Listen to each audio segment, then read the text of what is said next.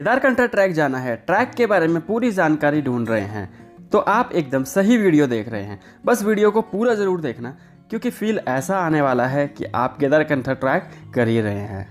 नमस्कार दोस्तों, वैसे तो विंटर ट्रैक उत्तराखंड में बहुत सारे हैं पर केदारकंठा ट्रैक कुछ खास ट्रैक में से एक है और यह खास ट्रैक करने मैं घर से सोलो ही निकल गया क्योंकि जाते हुए दिसंबर को कुछ यादगार मनाना था।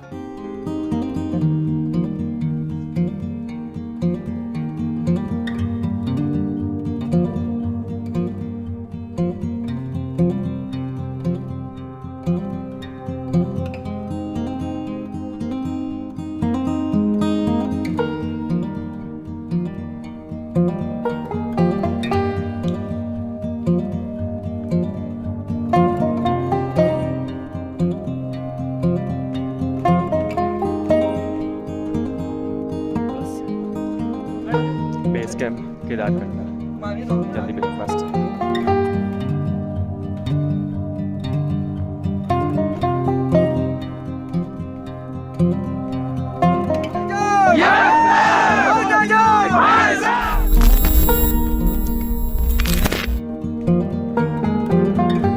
फरीदाबाद से बस लेके मैं निकल गया देहरादून के लिए। आप जिस भी स्टेट या सिटी से आ रहे हैं, आप बाय बस, ट्रेन और फ्लाइट देहरादून आ सकते हैं। रास्ते में कोहरा इतना था कि बस की स्पीड 20 से 30 kmph हो चुकी थी। बस रुकी चाय की चुस्की ली और हम पहुंच गए ISBT देहरादून। ISBT से ऑटो लेके मैं पहुंच गया प्रिंस चौक। प्रिंस चौक रेलवे स्टेशन के काफ़ी नज़दीक है।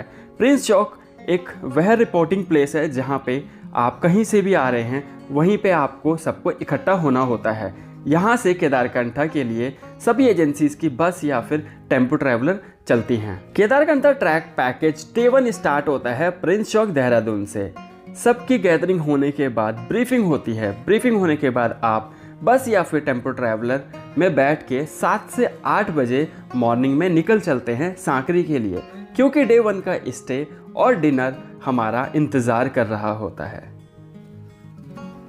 रास्ते में बढ़िया बढ़िया व्यू देखते, मस्ती करते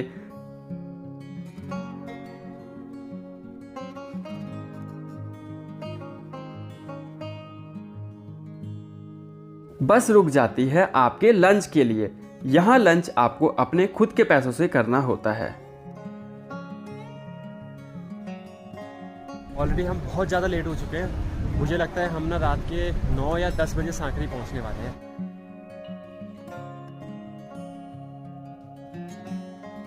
फिर वही हमारा सफ़र चलता है, कभी रिवर का व्यू तो कभी पहाड़ों का व्यू। रास्ते ऐसे घुमावदार कि बैठे ही बैठे लेफ़्ट राइट की गेम खेली जाती है। बरकोट के आसपास कहीं पे पहुंच गए हैं और हल्की बहुत बूंदाबांदी हो रही थी। बस के ऊपर ही चढ़ गए एंड कुछ तिरपाल की पैकिंग हो रही है जिससे कि बैग वैग ना भीगे। एंड ये चेक करो,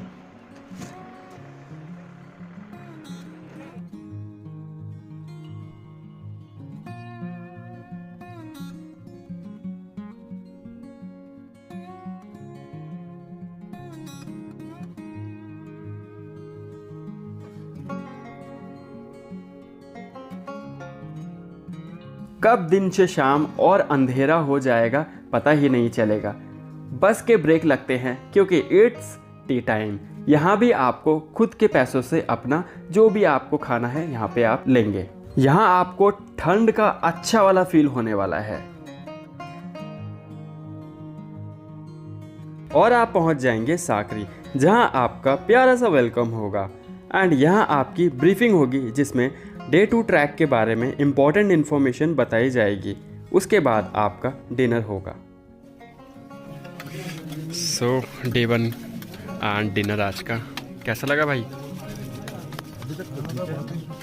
ये देख लो चावल भर भर के खा रहे हैं। कैसा लगा? रोटी मेरे सामने खा गए ना, चावल ही खाना पड़ता। रोटी ठीक है, चावल मैं खाता नहीं हूँ। आप देख सकते हो प्लेटों में रोटी पड़ी होती है। कैसा लगा?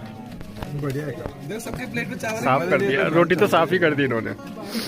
इन भाई ने तो थाली भी, प्लेट भी साफ कर दी। ये भाई को बोल रहे हैं शेयरिंग कर लो, बट एनीवेज ज़्यादा एक्सपेक्ट नहीं कर सकते तो ठीक है। एंड उसके बाद आप स्टे में रेस्ट करने के लिए चले जाएंगे।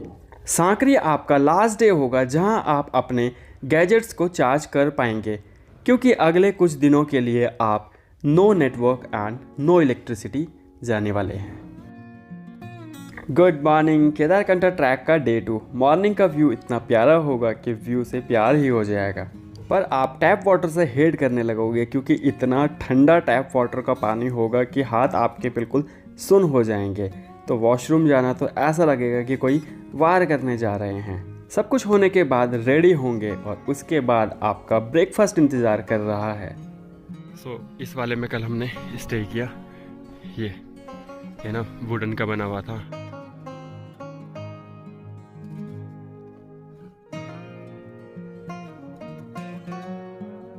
तो हेलो, सुबह सुबह अपना दोस्त मिल गया। इधर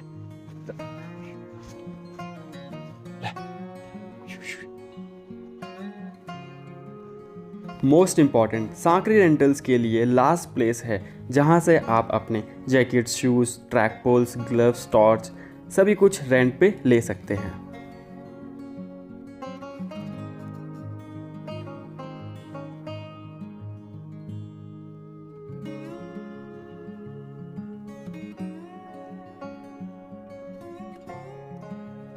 तो इस पॉइंट से ट्रैक होता है स्टार्ट, जिसका डिस्टेंस 4 से 5 किलोमीटर सांकरी से जोड़ागा तालाब तक होता है। ट्रैक काफ़ी स्टिप होने वाला है क्योंकि एल्टीट्यूड लेवल 6500 फीट से 9100 फीट रहेगा। ऑलमोस्ट 500 मीटर या 600 मीटर आए, खत्म हो गया। और कंडीशन क्या है? कंडीशन है ही नहीं। बैटरी पोर्टल लाओ, 90% होगा, 10% पे रिचार्ज कर रहे हैं। भैया का कहना है कि बॉटल्स वगैरह लाओ, बॉटल जो अलाउड नहीं है, जो गरम कर दो। ते झाड आपल्या इथं पण आहे। सही में यार बहुत टफ है, वैसे बहुत टफ है ट्रैक। और अभी तो हम मतलब आधा किलोमीटर के आसपास ही चले हैं। टिपिकल ट्रैक प्रेमियों के लिए तो यह ट्रैक बड़ा एडवेंचर और मज़ेदार रहेगा। और कुछ ही देर में आप पहुंच जाएंगे चाचा चाची के ढाबे, जहां से आप मैगी, चाय, परांठा कुछ भी खा सकते हैं, जिसका आपको खुद से पे करना होगा। जैसा जैसा आप आगे जाओगे नज़ारे बहुत ही खूबसूरत देखने को मिलेंगे, पर बैग में बैकपैक का वेट आपको प्रॉब्लम देगा, जिसके लिए आप म्यूल्स या पोर्टर सर्विस भी ले सकते हैं। अब बारी है स्नोफॉल की। जैसे जैसा आगे चलेंगे माउंटेन पीक्स खूबसूरत से देखने लगेंगे, ट्रैक पे चलना मुश्किल सा होने लगेगा, फिर स्नोफॉल का होना और बॉडी में पावर आना तो होना ही है। स्नोफॉल का मज़ा तो ऐसे जैसे मानो थकान गुम सी ही हो गई हो।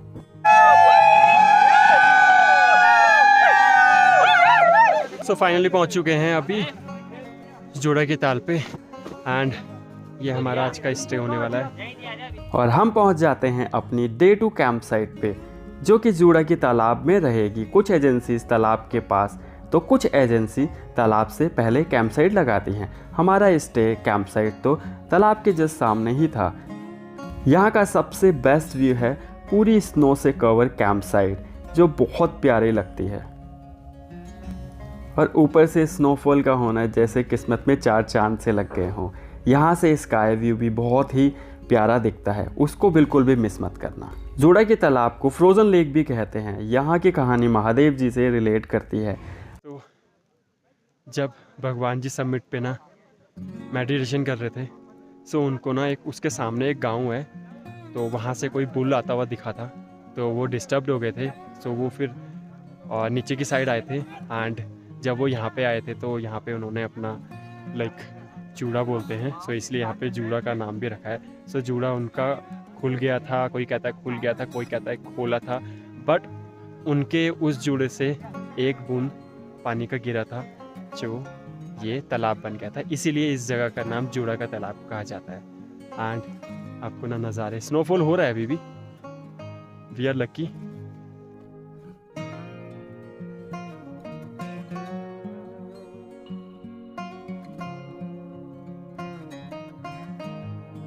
अभी ना खाने की लाइन पे लग रहे हैं लोग। हाँ, इतनी भीड़ हो रखी है, इतनी भीड़ हो रखी है, मैं तो लगी आ गया, कोई बात नहीं, थोड़ी देर में खा लेंगे, बट खाना नहीं लगा रहे, सबको भूख लगी पड़ी है। सो ये हाल हो चुका है। ठंड के सुबह ठंडी भी लगेगी, मजे मजे में खाना खाओ। भाई दाल डाल दे जरा सी पीछे। घेर दे सारा पूरा कर दे। थैंक यू भाई।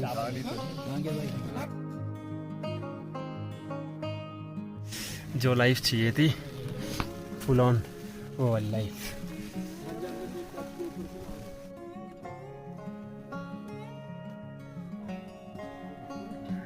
के डिनर करने के बाद बॉनफायर का मज़ा एंड नाइट स्काई भी बहुत ही बढ़िया होता है, और आप फिर रेस्ट करने के लिए अपने कैंप्स में चले जाएंगे जहां आपको स्लीपिंग बैग में सोना है। आपको यहाँ पे ठंड बिल्कुल नहीं लगेगी स्लीपिंग बैग के अंदर। इम्पॉर्टेंट चीज़, अपने electronics gadgets and water bottle को अपने साथ ही स्लीपिंग बैग में रख लेना। टेम्परेचर लो होने के कारण battery discharge and water frozen हो जाता है। Hello trekkers, very good morning from Juda की ताल। मस्त मौसम हो गया था, नींद भी अच्छी आ गई। स्लीपिंग बैग ने अच्छा काम किया, जैकेट ने भी अच्छा काम किया। अभी आपको बाहर का नज़ारा दिखाता हूँ एंड ये वाली वीडियो बहुत अच्छी होने वाली है क्योंकि अब नज़ारे बहुत अच्छे आने वाले हैं। स्नो में भी ट्रैक करेंगे।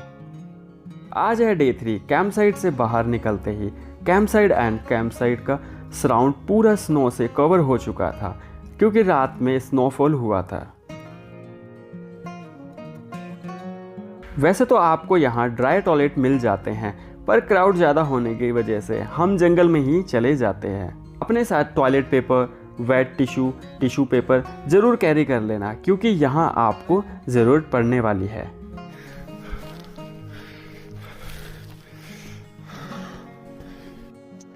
भाई आई एम द वन जो बुरिश कर रहा है, बाकी कोई बुरिश नहीं कर रहा। सो आज की पहली चाय, हाँ वो भी बिना दूध वाले, हाँ चूड़ा के ताल के जस्ट सामने। अभी वहाँ सेंटर पे चलते हैं, हाँ चेक करेंगे कितना पानी फ्रोज़न हुआ है। अब हम snow covered frozen lake and near by view का मज़ा लेते हैं, साथ ही साथ अपनी बहुत सारी मेमोरीज बनाने के लिए फ़ोटो एंड वीडियोग्राफी भी लेते हैं। आप भी ज़रूर करिएगा।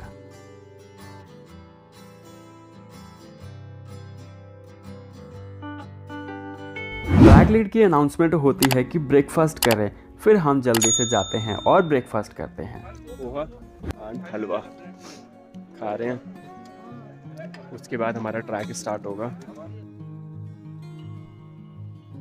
ब्रेकफास्ट करने के बाद ट्रैक लीड की वापस से अनाउंसमेंट होती है कि ट्रैक स्टार्ट करने वाले हैं, जिससे पहले हम एनर्जी बूस्ट करने के लिए लेंगे भगवान का नाम।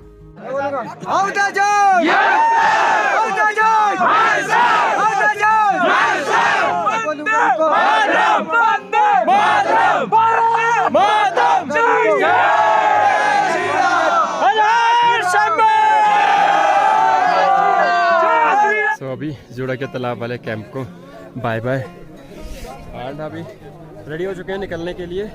तो आज का ट्रैक 4 से 5 किलोमीटर का होने वाला है एंड एल्टीट्यूड गेन करने वाले हैं 9100 फीट से 11250। फाइनली अपना ट्रैक 1 क्यू में स्टार्ट हो जाता है और हम असेंड करने लगते हैं केदारकंठा बेस कैंप के लिए। रास्ते में स्नो ज़्यादा होने से स्लाइड बहुत होती है, पर रास्ते इतने सफ़ेद होते हैं कि गिरना स्लाइड होना भी एक अलग ही मज़ा सा लगता है। रास्ते में जाओ सो ऐसे ऐसे भी आपको चीज़ों का टाप टाप के जाना पड़ेगा।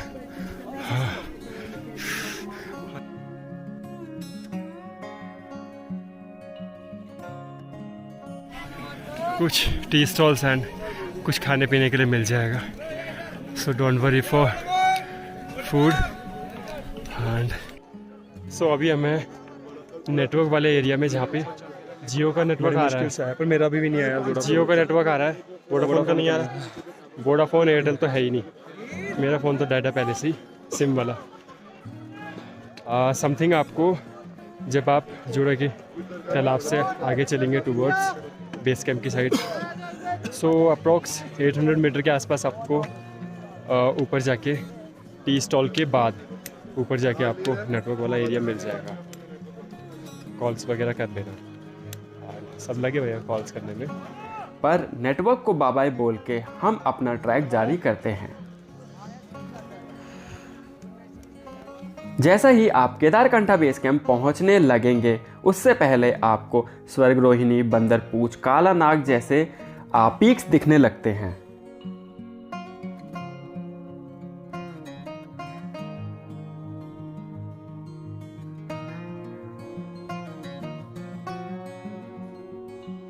यहाँ पे सबसे ज़्यादा स्नो कब होती है? यूजुअली स्नो होता है दिसंबर फर्स्ट वीक, नवंबर सेकेंड टू थर्ड वीक होता है, और जनवरी फरवरी में तो बहुत स्नो होता है, कम से कम 3-4 फीट होता है जनवरी। जनवरी का फर्स्ट वीक के बाद में या फिर फर्स्ट वीक के बाद है। फर्स्ट वीक के बाद में?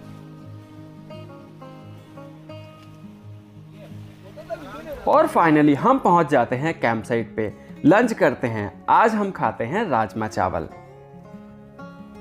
क्योंकि ट्रैक जल्दी कंप्लीट हो जाता है, जिससे आपको यहाँ अच्छा टाइम स्पेंड करने के लिए मिल जाता है।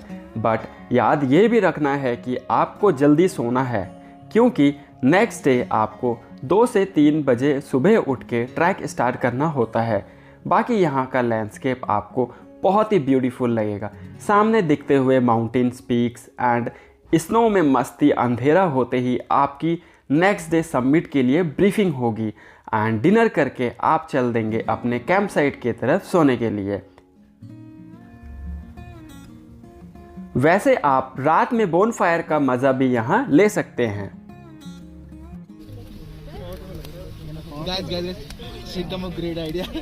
ये हटा दो।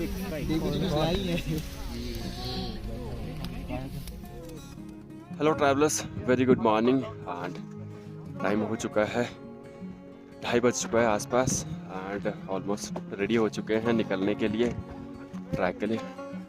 इधर है, इधर। केदारकंठा समिट के लिए बेस कैंप पे। बहुत ज़्यादा ठंडा है, अंधेरा बहुत है, तो ज़्यादा शूट नहीं हो पाएगा। चलो निकलते हैं। लाइट ब्रेकफास्ट करने के बाद स्पाइक एंड गेटर्स को पहनने के साथ अपना ट्रैक सबमिट के लिए 3 बजे सुबह स्टार्ट हो जाता है। चारों तरफ कंप्लीटली डार्क होने से बस रोशनी के लिए हमारे पास एक हेडलैम्प था। ठंड का लेवल बहुत ही एक्सट्रीम था। जैसे जैसे आगे चलते चले ठंड से हाल खराब हो रहा था।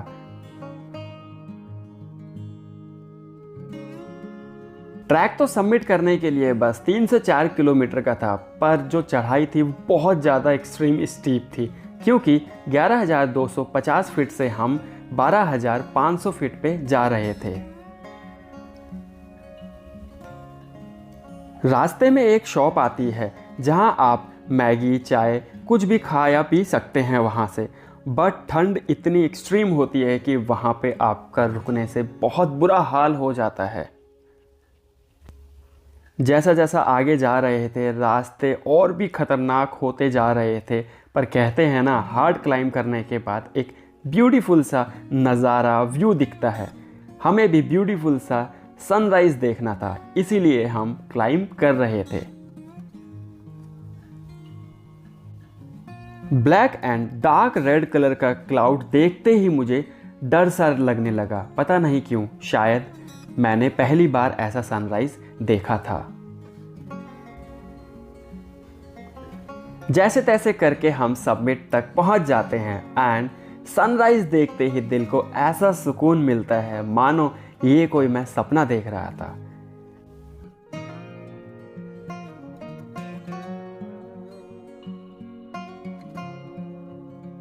सनराइज होने के बाद 360 डिग्री व्यू केदारकंठा का पूरी तरह से देखने लगा।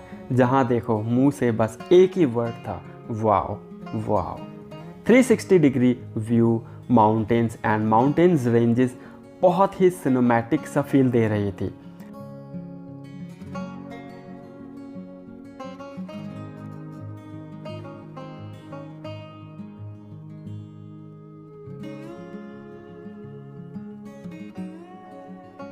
महादेव जी का आशीर्वाद लेने के बाद, सबमिट में अच्छा सा टाइम स्पेंड करने के बाद, बहुत सी वीडियोग्राफी एंड फोटोग्राफी करने के बाद डिसेंड करने लगते हैं।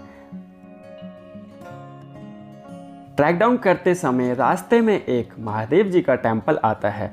वहाँ पे दर्शन करने के बाद हम करते हैं ट्रैक डाउन। ट्रैक डाउन में बहुत ही मज़ा आ रहा था। स्नो में खेलना, स्नो में स्लाइड करना और भी स्नो एक्टिविटीज़ का मज़ा ले रहे थे। एंड फाइनली हम पहुंच जाते हैं एक मैगी पॉइंट पे, जहां पे आप मैगी, चाय, परांठा कुछ भी खा सकते हैं, जिसके लिए आपको खुद पे करना होता है। उसके बाद फिर आप जाते हैं केदारकंठा बेस कैंप में, जहां से आपने स्टार्ट किया होता है। फाइनली अपने कैंप पे पहुंच गए। टेंट में अपना सामान पैकिंग एंड लंच करने के बाद आप या तो जूड़ा का तालाब के लिए डिसेंड कर देंगे, क्योंकि आज का स्टे आपका वहीं होने वाला है। कुछ एजेंसीज जूड़ा के तालाब की जगह हर गांव में भी स्टे कराते हैं, तो आप वहां भी जा सकते हैं। डिपेंड करता है वो एजेंसीज के ऊपर।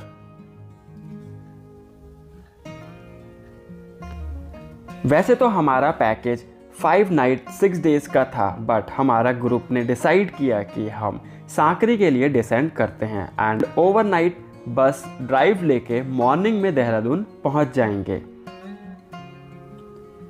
तो ये थी कंप्लीट इन्फॉर्मेशन हमारे बेस्ट विंटर ट्रैक केदारकंठा की।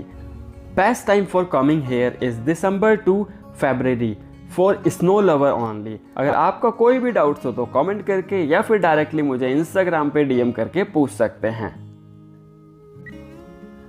तो आप कब आ रहे हैं एंड कौन सी ट्रैवल ऑर्गेनाइजेशन के साथ आप आ रहे हैं, कमेंट में ज़रूर बताइएगा। वीडियो को एक लाइक तो बनता है एंड चैनल को सब्सक्राइब ज़रूर कर लेना। वीडियो को ज़्यादा से ज़्यादा शेयर करना अपने हर उस दोस्त के साथ जो स्नो लवर्स हैं।